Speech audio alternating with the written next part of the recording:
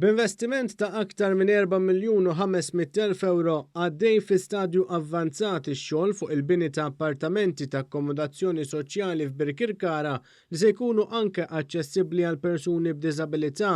Ħabbar dan il-Ministru għall-Akkomodazzjoni Soċjali Rodrik Galdes waqt żjara li jagħmel f'dan is-sit f'Birkirkara. Fl-aħħar jiem tal-arraba u l-aħħar sular fit 3 blokok fis-sit tal-Housing Soċjali f'Birkirkara.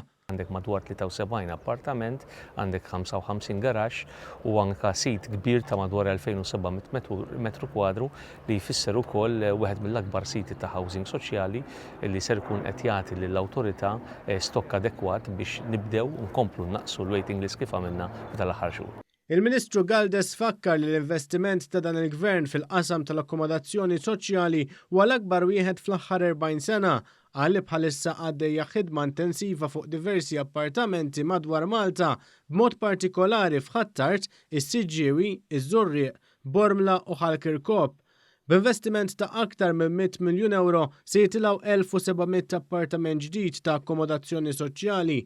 Min-naħa tiegħu il-kap eżekuttiv tal-Awtorità tad-Djar Leonid Mekej qal n-numru fil-lista ta' stennija għal persuni li qed jistennew akkomodazzjoni soċjali niżel għal 2602. Dan il-proġett se jkun għal persuni li huma verament ġenwinament fil-bżonn.